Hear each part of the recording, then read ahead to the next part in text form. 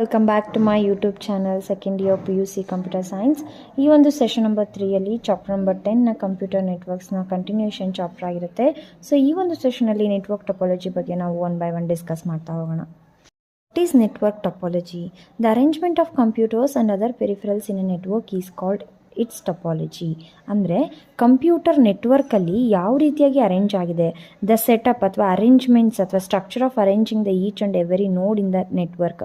ಇನ್ನೊಂದು ನೆಟ್ವರ್ಕಲ್ಲಿ ಪ್ರತಿಯೊಂದು ನೋಡ್ಗಳು ಯಾವ ಸ್ಟ್ರಕ್ಚರಲ್ಲಿ ಅರೇಂಜ್ ಆಗಿದೆ ಅನ್ನೋದ್ರ ಬಗ್ಗೆ ನಾವು ತಿಳ್ಕೊಳ್ಳೋದನ್ನೇ ಟೊಪಾಲಜಿ ಅಂತೇಳಿ ಕರಿತಾ ಇದ್ವಿ. ಈ ನೆಟ್ವರ್ಕ್ ಟೊಪಾಲಜಿಯಲ್ಲಿ ಟೋಟಲ್ ಆಗಿ 5 ಟೊಪಾಲಜೀಸನ್ನು ನಾವು ಈ ಸಿಲೆಬಸ್ಸಲ್ಲಿ ನೋಡ್ತಾ ಇದ್ವಿ. ಸೊ ಒನ್ ಬೈ ಒನ್ ನೋಡೋದಾದರೆ mesh topology, ring topology, bus topology, star topology ಮತ್ತು ಟ್ರೀ ಟೊಪಾಲಜಿ ಅಂತೇಳಿ ಟೊಪಾಲಜಿಗಳ ಟೈಪ್ಸನ್ನು ನಾವು ಒನ್ ಬೈ ಒನ್ ಡಿಸ್ಕಸ್ ಮಾಡ್ತಾ ಹೋಗೋಣ. ಬಂದು mesh topology. In this networking topology each communicating device is connected with every other device in the network is called mesh topology. So ಏನಪ್ಪ mesh topology ಅಂದರೆ, ನೆಟ್ವರ್ಕಲ್ಲಿ connect ಆಗಿರುವಂತಹ ಎಲ್ಲ ನೋಡ್ಗಳ ಜೊತೆಗೆ ಪ್ರತಿಯೊಂದು ನೋಡ್ಗಳು ಕಮ್ಯುನಿಕೇಟಿಂಗ್ಗೆ ಕನೆಕ್ಷನ್ ಆಗಿದ್ದರೆ, ನೆಟ್ವರ್ಕಲ್ಲಿ ಪ್ರತಿಯೊಂದು ನೋಡ್ಗಳು ಪ್ರತಿಯೊಂದು ನೋಡ್ಗಳ ಜೊತೆಗೆ ಕನೆಕ್ಟಿವಿಟಿಗೆ ಕನೆಕ್ಟೆಡ್ ಆಗಿದ್ದರೆ ಆ ಒಂದು ನೆಟ್ವರ್ಕಿಂಗ್ ಅರೇಂಜ್ಮೆಂಟನ್ನು ನಾವು ಮೆಶ್ ಟೊಪಾಲಜಿ ಅಂತ ಕರಿತಾ ಇದ್ವಿ.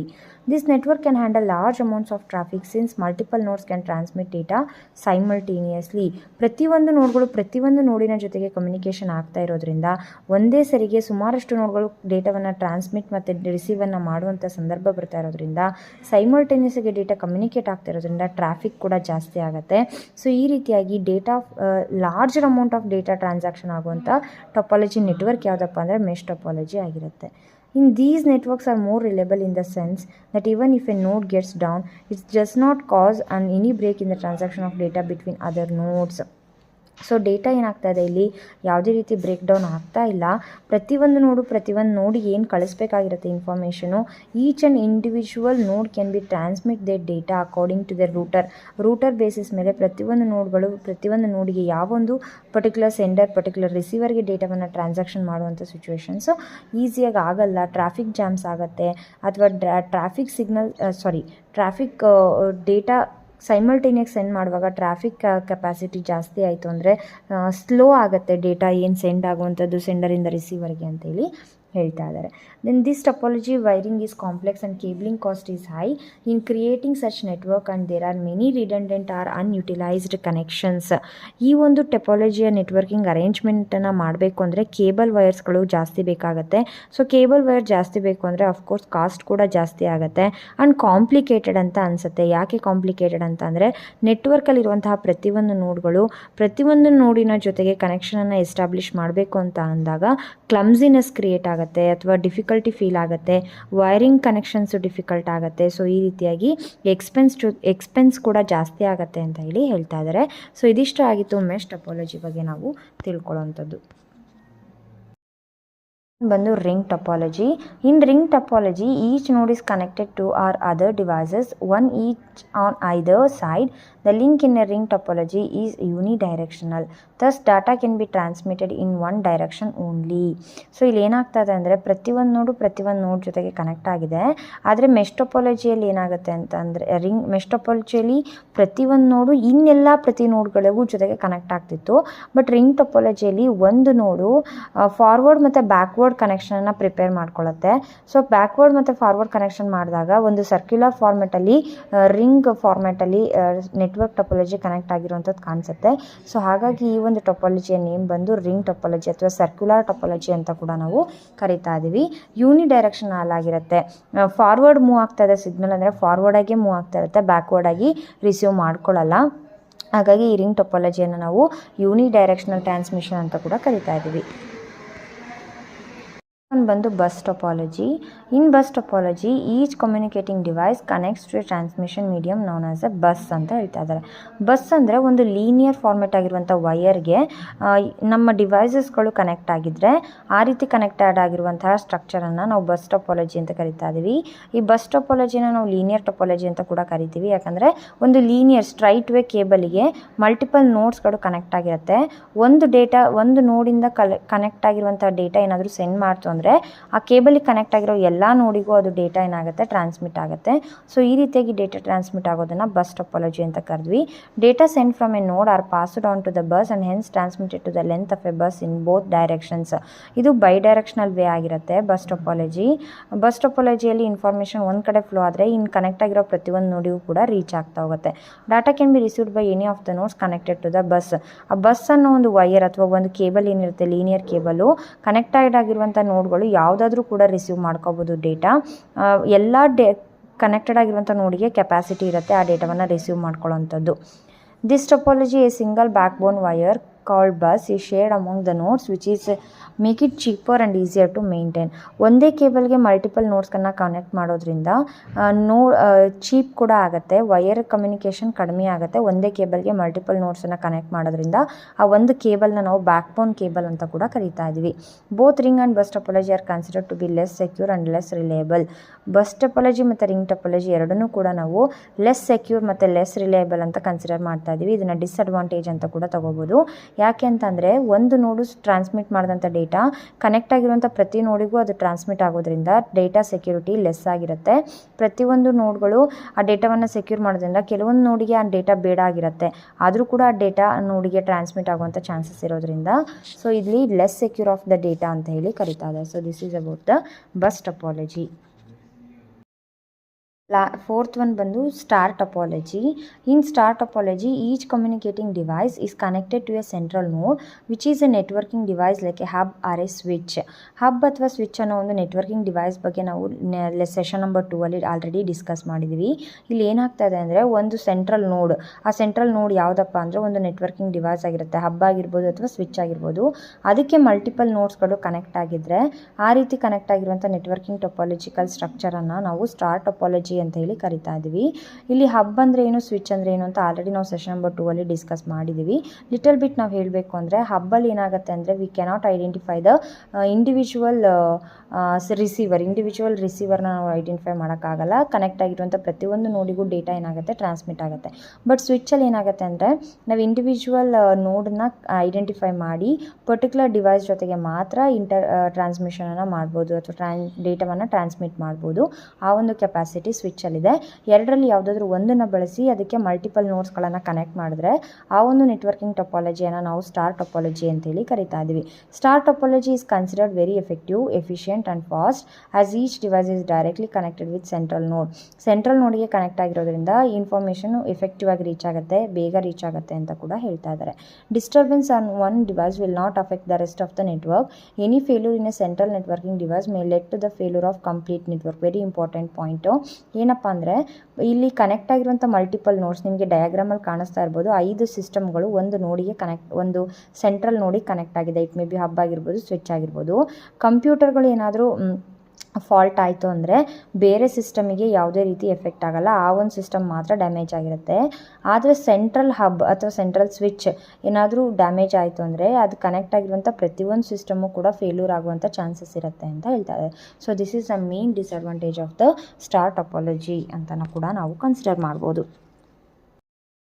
ಟೊಪಾಲಜಿ ಬಂದು ಹೈಬ್ರಿಡ್ ಟೊಪಾಲಜಿ ಅಂತ. ಹೈಬ್ರಿಡ್ ಟೊಪಾಲಜಿ ಅಂದರೆ ಕಾಂಬಿನೇಷನ್ ಆಫ್ 2 or more ಟೊಪಾಲಜಿಯನ್ನು ನಾವು ಹೈಬ್ರಿಡ್ ಟೊಪಾಲಜಿ ಅಂತ ಕರಿತಾ ಇದ್ವಿ. It is a hierarchical topology in which there are multiple branches and each branch can have 1 or more basic topologies like star, ring and bus.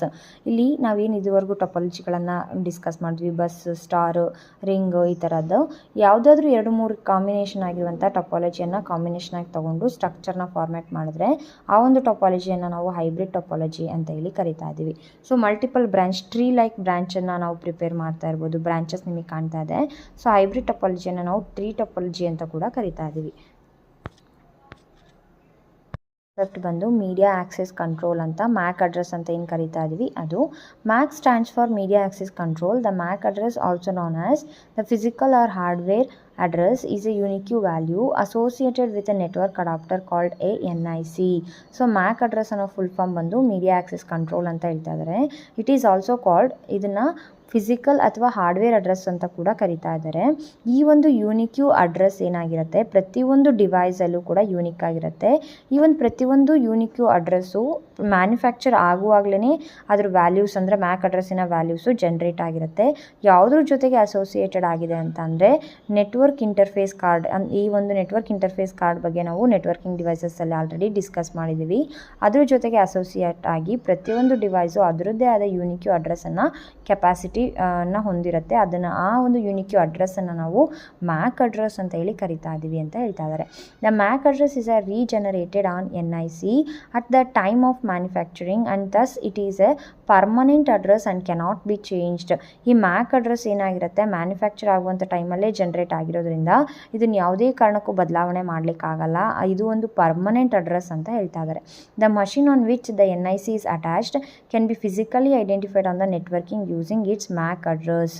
Network use ಮಾಡಿ ನಾವೇನಾದರೂ communicate ಮಾಡ್ತಾ ಇದ್ದೀವಿ ಎಂದಾಗಲೂ ಕೂಡ ಈ ಮ್ಯಾಕ್ ಅಡ್ರೆಸ್ಸನ್ನು ಯೂಸ್ ಮಾಡ್ತೀವಿ. ಮ್ಯಾಕ್ ಅಡ್ರೆಸ್ ಅನ್ನೋದು ನೆಟ್ವರ್ಕಿಂಗ್ ಯೂನಿಕ್ ಅಡ್ರೆಸ್ ಆಗಿರುತ್ತೆ.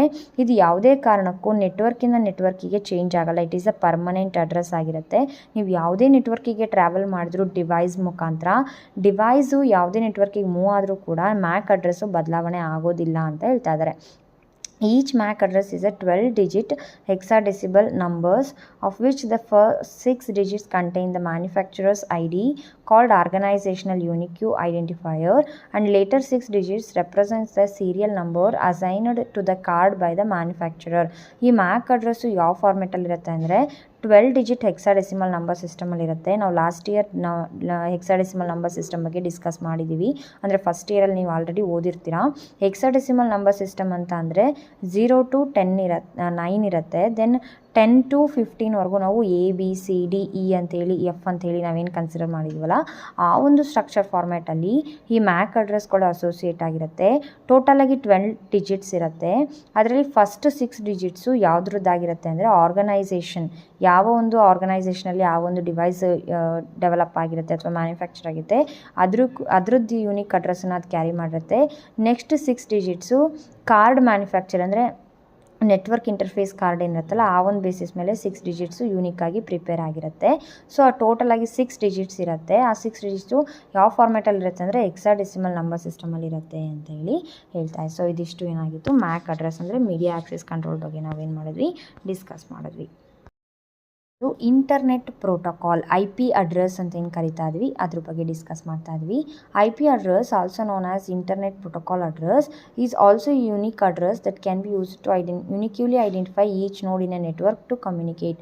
ಮ್ಯಾಕ್ address ಹೇಗೆ ಯೂನಿಕ್ ಅಡ್ರೆಸ್ ಆಗಿರುತ್ತೋ ಅದರದ್ದೇ ಅದೇ ರೀತಿಯಾದಂಥ ಮತ್ತೊಂದು ಅಡ್ರೆಸ್ ಬಂದು ಇಂಟರ್ನೆಟ್ ಪ್ರೋಟೋಕಾಲ್ ಅಡ್ರೆಸ್ ಅಂತೇಳಿ ಇದು ಕೂಡ ಯೂನಿಕ್ ಆಗಿರುತ್ತೆ.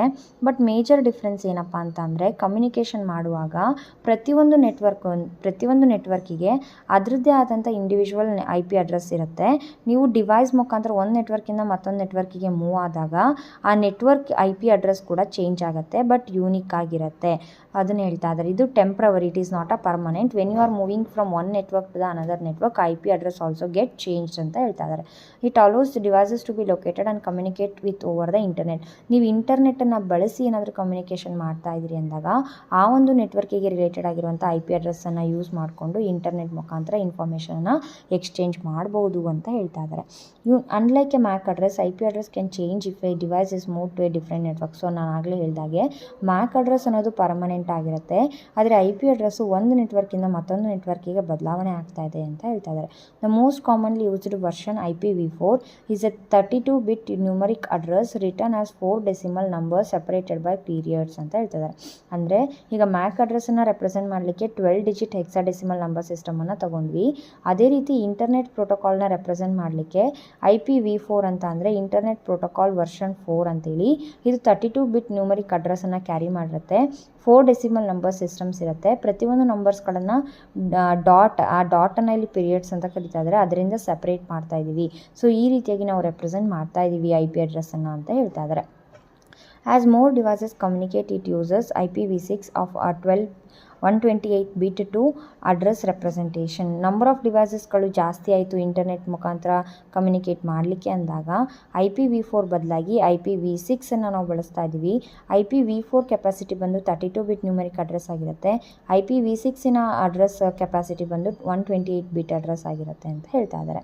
IP address is used for communication across different network while the MAC address is used for communication within the same local network ಅಂತ ಹೇಳ್ತಾರೆ. ಈ MAC ಅಡ್ರೆಸ್ಸು ಇದೆ, IP ಅಡ್ರೆಸ್ಸು ಇದೆ ಅಂತ ಅಂದಾಗ ಈ MAC ಅಡ್ರೆಸ್ಸು ಸೇಮ್ ಲೋಕಲ್ ನೆಟ್ವರ್ಕಲ್ಲಿ ಆಫ್ಲೈನಲ್ಲಿ ನಾವೇನಾದರೂ ಸೇಮ್ ಸಿಮಿಲರ್ ನೆಟ್ವರ್ಕ್ ಅಲ್ಲಿ ನಾವು ಕಮ್ಯುನಿಕೇಷನ್ ಮಾಡ್ತಾ ಇದ್ದೀವಿ ಅಂದಾಗ MAC ಅಡ್ರೆಸ್ಸನ್ನು ಬಳಸ್ತಾ ಇದ್ದೀವಿ. ಲಾರ್ಜರ್ ಏರಿಯಾ ನೆಟ್ವರ್ಕ್ ಅಂದರೆ ಡಿಫ್ರೆಂಟ್ ನೆಟ್ವರ್ಕ್ ಅಕ್ರಾಸಲ್ಲಿ ನಾವು ಕಮ್ಯುನಿಕೇಟ್ ಮಾಡಬೇಕು ಅಂದಾಗ IP ಅಡ್ರೆಸ್ಸನ್ನು ಬಳಸ್ತಾ ಇದ್ದೀವಿ ಅಂತ ಹೇಳಿ ಹೇಳ್ತಾ ಇದ್ದಾರೆ. World wide web we are discussing WWW. So ಎಲ್ರಿಗೂ ಗೊತ್ತಾಯಿದೆ WWW ಫುಲ್ ಫಾರ್ಮ್ ಒಂದು ವರ್ಲ್ಡ್ ವೈಡ್ ವೆಬ್ ಅಂತೇಳಿ.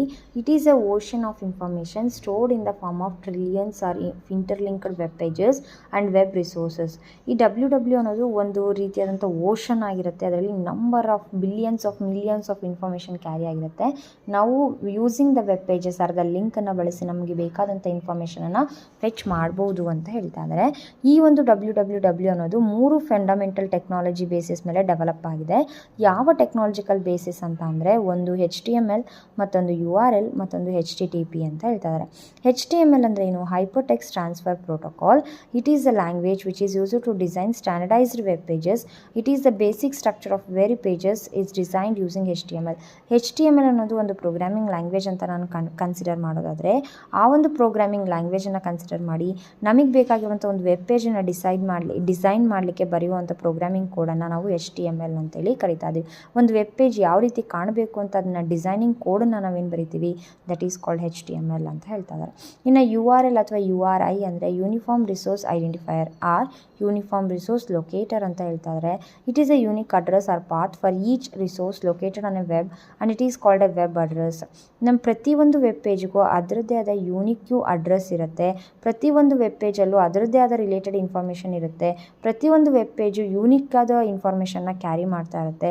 ಸೊ ಪ್ರತಿಯೊಂದು ವೆಬ್ ಪೇಜಿಗೆ ಅದರದ್ದೇ ಆದ ಅಡ್ರೆಸ್ಸನ್ನು ಕ್ಯಾರಿ ಮಾಡಿ ಪರ್ಟಿಕ್ಯುಲರ್ ವೆಬ್ ಪೇಜನ್ನು ವಿಸಿಟ್ ಮಾಡಬೇಕು ಅಂದರೆ ಅದರದ್ದಾದ ಅಡ್ರೆಸ್ಸನ್ನು ಬರೀಲಿಕ್ಕೆ ನಾವು ಬಳಸ್ತಾ ಇರುವಂಥ ವೇಯನ್ನು ನಾವು URL ಅಥವಾ URI ಅಂತ ಹೇಳಿ ಕರಿತಾ ಇದ್ವಿ. ಎಕ್ಸಾಂಪಲ್ ನೀವು ಕೆಳಗಡೆ ನೋಡ್ತಾ ಇರ್ಬೋದು, ಅದು ಲಿಂಕ್ ಫಾರ್ಮೆಟಲ್ಲಿ ಕಾಣಿಸ್ತಾ ಇದೆ. ನೀವು ಜಸ್ಟ್ ಅದನ್ನಲ್ಲಿ ಕ್ಲಿಕ್ ಮಾಡಿದ್ರೆ ಪರ್ಟಿಕ್ಯುಲರ್ ವೆಬ್ ಪೇಜ್ಗೆ ನಾವು ಹೋಗ್ತೀವಿ. ಸೊ ಪರ್ಟಿಕ್ಯುಲರ್ ವೆಬ್ ಪೇಜ್ಗೆ ನಾವು ವಿಸಿಟ್ ಮಾಡಬೇಕು ಅಂದಾಗ ಅಡ್ರೆಸ್ ಮುಖಾಂತರ ವಿಸಿಟ್ ಮಾಡ್ತೀವಿ. ಆ ಅಡ್ರೆಸ್ಸನ್ನೇ ನಾವು ಇಲ್ಲಿ ಏನಂತ ಕರಿತಾ ಇದ್ದೀವಿ ಅಂದರೆ URL ಅಥವಾ URI ಅಂತೇಳಿ ಕರಿತಾ ಇದ್ದೀವಿ.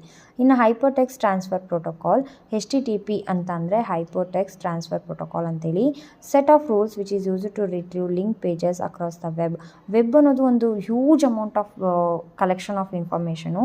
ಅದರಲ್ಲಿ ನಾವು ಯಾವ ರೀತಿ ಲಿಂಕನ್ನು ಕನ್ಸಿಡರ್ ಮಾಡಬೇಕು, ಯಾವ ರೀತಿ ಅದನ್ನು ಆ್ಯಕ್ಸೆಸ್ ಮಾಡಬೇಕು, ಇನ್ಫಾರ್ಮೇಷನ್ ಯಾವ ರೀತಿ ಫೆಚ್ ಮಾಡಬೇಕು ಅನ್ನೋ ಕೆಲವೊಂದಿಷ್ಟು ರೂಲ್ಸನ್ನು, ಇನ್ಫಾರ್ಮೇಷನ್ನ ಟ್ರಾನ್ಸ್ಮಿಟ್ ಮಾಡುವಂಥದ್ದಾಗಿರ್ಬೋದು, ಟ್ರಾನ್ಸ್ಫರ್ ಮಾಡುವಂಥ ರೂಲ್ಸ್ಗಳನ್ನು ನಾವು ಕಲಿಯುವಂಥ ಫಂಡಮೆಂಟಲ್ ಥಿಂಗ್ ಬಂದು HTTPಯಲ್ಲಿ ಕನ್ಸಿಡರ್ ಆಗಿರುತ್ತೆ. ಅಂದರೆ ಒಂದು ಲಿಂಕ್ ಮುಖಾಂತರ ಹೇಗೆ ನಾವು ವೆಬ್ ಪೇಜಸ್ಸನ್ನು ವಿಸಿಟ್ ಮಾಡಬೇಕು ಅನ್ನೋದ್ರ ಬಗ್ಗೆ ನಾವು ಡಿಸ್ಕಸ್ ಮಾಡೋದನ್ನೇ HTTP ಅಂತ ಹೇಳಿ ನಾವಿಲ್ಲಿ ಕರಿತಾ ಇದ್ದೀವಿ. ಸೊ ಇದಿಷ್ಟಾಗಿತ್ತು WWW ಅಂದರೆ ವರ್ಲ್ಡ್ ವೈಡ್ ವೆಬ್ ಬಗ್ಗೆ ನಾವು ತಿಳ್ಕೊಂಡಿತ್ತು. ಕಾನ್ಸೆಪ್ಟ್ ಬಂದು domain name system. The internet is a vast ocean where information is available in the form of millions of websites. So already ನಾವು ಹೇಳ್ದಂಗೆ ವೆಬ್ಸೈಟ್ಸ್ಗಳು ತುಂಬ ಮಿಲಿಯನ್ ಆಫ್ ಇನ್ಫಾರ್ಮೇಷನ್ಸು ಇಂಟರ್ನೆಟ್ಟಲ್ಲಿ huge amount of informations carry ಆಗ್ತಾ ಇರುತ್ತೆ. Huge amount of informations ಇರುತ್ತೆ. ನಮಗೆ ಬೇಕಾದಂಥ ಇನ್ಫಾರ್ಮೇಷನ್ ನಾವು ಫೆಚ್ ಮಾಡಬೇಕು ಅಂದರೆ ಪ್ರತಿಯೊಂದು ವೆಬ್ಸೈಟಿಗೂ ಅದರದ್ದೇ ಆದ URL ಅಡ್ರೆಸ್ ಇರುತ್ತೆ ಅಥವಾ ಯೂನಿಕ್ ಅಡ್ರೆಸ್ ಇರುತ್ತೆ. ಅದ್ರ ಮುಖಾಂತರ ನಾವು ವಿಸಿಟ್ ಮಾಡಬೇಕು ಅಂತ ಹೇಳಿ ಹೇಳಿದ್ವಿ. Each computer server hosting A website or web source is given a name against its IP address. These names are called domain name system ಅಂತ ಹೇಳ್ತಾರೆ. ಪ್ರತಿಯೊಂದು ವೆಬ್ಸೈಟು, ಪ್ರತಿಯೊಂದು ವೆಬ್ ಸೋರ್ಸು ಅದರದ್ದೇ ಆದ ಯೂನಿಕ್ಯೂ ಇಂಟರ್ನೆಟ್ ಪ್ರೋಟೋಕಾಲ್ ಅಡ್ರೆಸ್ಸನ್ನು ಕ್ಯಾರಿ ಮಾಡ್ತಾ ಇದೆ. ಆ ಪ್ರತಿಯೊಂದು ಯೂನಿಕ್ಯೂ ಇಂಟರ್ನೆಟ್ ಪ್ರೋಟೋಕಾಲ್ ಅಡ್ರೆಸ್ಸನ್ನು ನಾವಿಲ್ಲಿ ಏನಂತ ನೇಮ್ ಅಂತ ಕರಿತಾ ಇದ್ದೀವಿ ಅಂದರೆ ಡೊಮೈನ್ ನೇಮ್ ಸಿಸ್ಟಮ್ ಅಂತ ಕರಿತಾ ಇದ್ದೀವಿ. ಸೊ ಫಾರ್ ಎಕ್ಸಾಂಪಲ್ ನಿಮಗೆ ಸಿಂಪಲಾಗಿ ಹೇಳಬೇಕು ಅಂದರೆ ಇಂಟರ್ನೆಟಲ್ಲಿ ಸ್ಟೋರ್ ಆಗಿರುವಂಥ ಕೆಟಗರಿ ವೈಸ್ಡ್, ಫಾರ್ ಎಕ್ಸಾಂಪಲ್ ಎಜುಕೇಷ್ನಲ್ ಆಗಿರ್ಬೋದು, ಪೊಲಿಟಿಕಲ್ ಆಗಿರ್ಬೋದು, ಇನ್ಯಾವುದೋ ಗೌರ್ನಮೆಂಟ್ ಆರ್ಗನೈಸೇಷನ್ ಆಗಿರ್ಬೋದು ಅಥವಾ ಪ್ರೈವೇಟ್ ಆರ್ಗನೈಸೇಷನ್ಸ್ ಆಗಿರ್ಬೋದು. ಸೊ ಎಲ್ಲ ಒಂದು ಕೆಟಗರಿಗೆ ಅದರದ್ದೇ ಆದ ಒಂದು ಇಂಡಿವಿಜುವಲ್ ಯೂನಿಕ್ಯೂ ನೇಮ್ಗಳನ್ನು ಅಥವಾ ಎಕ್ಸ್ಟೆನ್ಷನ್ ಫಾರ್ಮ್ಸ್ಗಳನ್ನು ಕೊಡ್ತಾ ಹೋಗುವಂಥದ್ದು, ಬೇಸ್ಡ್ ಆನ್ IP ಅಡ್ರೆಸ್ಸನ್ನು ಕೊಡ್ತಾ ಹೋಗುವಂಥದ್ದನ್ನು ನಾವಿಲ್ಲಿ ಡೊಮೈನ್ ನೇಮ್ ಸಿಸ್ಟಮ್ ಅಂತ ಕರೆದ್ವಿ. ಸೊ ಕೆಲವೊಂದು ಡೊಮೈನ್ ನೇಮ್ ಸಿಸ್ಟಮ್ಗಳನ್ನು ಕೆಳಗಡೆ ಕೊಟ್ಟಿದ್ದಾರೆ. NCRT NIC .in ಅಂತ ಕೊಟ್ಟಿದ್ದಾರೆ. ಅದರದ್ದು ಡೊಮೈನ್ ನೇಮ್ IP ಅಡ್ರೆಸ್ ಬಂದು 164.100.60.233 ಅಂತೇಳಿ. ಅಂದರೆ ಇಲ್ಲಿ .in ಅಂತ ಬಳಸ್ತೀವಿ ಅಥವಾ .org ಅಂತ ಬಳಸ್ತೀವಿ. ಅಂದರೆ ORG ಅಂದರೆ ಆರ್ಗನೈಸೇಷನು, .gov ಅಂದರೆ ಗೌರ್ನಮೆಂಟ್ ರಿಲೇಟೆಡ್ ಇನ್ಫಾರ್ಮೇಷನು ವೆಬ್ಸೈಟು. ಯಾವುದೋ ಒಂದು ವೆಬ್ಸೈಟಿನ ಲಿಂಕನ್ನು ನೀವು ಗಮನಿಸಿದ್ರೆ ಲಾಸ್ಟಲ್ಲಿ .in ಅಂತ ಇರುತ್ತೆ ಅಥವಾ .org ಅಂತ ಇರುತ್ತೆ ಅಥವಾ .gov ಅಂತ ಇರುತ್ತೆ. ಸೊ ಅದು ಏನು ಹೇಳುತ್ತೆ ಅಂದರೆ ಈ ಒಂದು ವೆಬ್ಸೈಟು ಈ ಒಂದು ಕೆಟಗರಿಗೆ ಬಿಲಾಂಗ್ ಆಗಿರುವಂಥದ್ದು. ಆ ಒಂದು ಬಿಲಾಂಗ್ ಆಗಿರುವಂಥ ವೆಬ್ಸೈಟಿನ IP ಅಡ್ರೆಸ್ಸನ್ನು ನಾವು ಡಿಸ್ಕಸ್ ಮಾಡುವಂಥದ್ದನ್ನೇ ಇಲ್ಲಿ ಡೊಮೈನ್ ನೇಮ್ ಸಿಸ್ಟಮ್ ಅಂತ ಕರೀತಾರೆ. ಡೊಮೈನ್ ಅಂದರೆ ಒಂದು ಕೆಟಗರಿಗೆ ರಿಲೇಟೆಡ್ ಆಗಿರುವಂಥ ನೇಮನ್ನು ನಾವೇನು ಕೊಟ್ಟಿದ್ದೀವಲ್ಲ ಅದನ್ನು ಡೊಮೈನ್ ನೇಮ್ ಸಿಸ್ಟಮ್ ಅಂತೇಳಿ ಕರಿತಾ ಇದ್ದೀವಿ. Conversion of the domain name of each web server to its corresponding IP address is called domain name resolution ಅಂತ ಹೇಳ್ತಾರೆ. ಇಲ್ಲಿ ಕನ್ವರ್ಟ್ ಏನು ಮಾಡ್ತಾ ಇದ್ದೀವಿ, ಡೊಮೈನ್ ನೇಮ್ ಮೂಲಕ ನಾವು ಯಾವುದಾದ್ರೂ ವೆಬ್ಸೈಟನ್ನು ವಿಸಿಟ್ ಮಾಡ್ತಾ ಇದ್ದೀವಿ ಅಂದರೆ ಆ ಒಂದು ವೆಬ್ಸೈಟಿಗೆ ಅದರದ್ದೇ ಯೂನಿಕ್ಯೂ IP ಅಡ್ರೆಸ್ ಇರುತ್ತೆ. ಆ IP ಅಡ್ರೆಸ್ ಮುಖಾಂತರನೇ ನಾವು ಪರ್ಟಿಕ್ಯುಲರ್ ವೆಬ್ ಪೇಜನ್ನು ರೀಚ್ ಆಗಲಿಕ್ಕೆ ಸಾಧ್ಯ. ಅದನ್ನೇ ನಾವಿಲ್ಲಿ ಡೊಮೈನ್ ನೇಮ್ ರೆಸಲ್ಯೂಷನ್ ಅಂತ ಕರೆದ್ವಿ. It is done through a server is called DNS server. ಏನು ನಾವು ವಿಸಿಟ್ ಮಾಡ್ತಾ ಇದ್ದೀವಿ, ನೇಮ್ ಮುಖಾಂತರ IP ಅಡ್ರೆಸ್ಸಿಗೆ ಕನ್ವರ್ಟ್ ಮಾಡ್ತಾ ಇದ್ದೀವಿ, ಆ IP ಅಡ್ರೆಸ್ ಮುಖಾಂತರವಾಗಿ ಪರ್ಟಿಕ್ಯುಲರ್ ವೆಬ್ ಪೇಜನ್ನು ವಿಸಿಟ್ ಮಾಡ್ತಾ ಇದ್ದೀವಲ್ಲ, ಆ ಎಲ್ಲದ್ರದ್ದು ಇನ್ಫಾರ್ಮೇಷನ್ನು ಒಂದು ಸರ್ವರಲ್ಲಿ ಸ್ಟೋರ್ ಆಗಿರುತ್ತೆ, ಡೊಮೈನ್ ನೇಮ್ ಸರ್ವರಲ್ಲಿ. ಅದನ್ನೇ ನಾವು DNS ಸರ್ವರ್ ಅಂತ ಹೇಳಿ ಕರಿತಾ ಇದ್ದೀವಿ. So this is all about the domain name system ಆಗಿತ್ತು. ಇದಿಷ್ಟು ಆಗಿತ್ತು ಚಾಪ್ಟರ್ ನಂಬರ್ 10 ಕಂಪ್ಯೂಟರ್ ನೆಟ್ವರ್ಕ್ಸ್ ಬಗ್ಗೆ. ಐ ಹೋಪ್ ಎಲ್ರಿಗೂ ಕೂಡ ಯೂಸ್ಫುಲ್ ಆಗಿದೆ, ಹೆಲ್ಪ್ಫುಲ್ ಆಗಿದೆ, ಅರ್ಥ ಆಗಿದೆ ಅಂತ ಭಾವಿಸ್ತೀನಿ. ಯಾರೆಲ್ಲ ನನ್ನ ಚಾನಲ್ನ ಸಬ್ಸ್ಕ್ರೈಬ್ ಮಾಡಿ ನೋಡಿದಿರಾ ಅವರೆಲ್ಲರಿಗೂ ಕೂಡ ತುಂಬ ಹೃದಯದ ಧನ್ಯವಾದಗಳು. ಇನ್ನು ಯಾರೆಲ್ಲ ಚಾನಲ್ನ ಸಬ್ಸ್ಕ್ರೈಬ್ ಮಾಡಿಲ್ಲ ದಯವಿಟ್ಟು ಸಬ್ಸ್ಕ್ರೈಬ್ ಮಾಡಿ, ಲೈಕ್ ಮಾಡಿ, ಕಮೆಂಟ್ ಮಾಡಿ ಮತ್ತು ಶೇರ್ ಮಾಡಿ ಅಂತ ಹೇಳ್ತಾ thank you so much. Love, light and gratitude.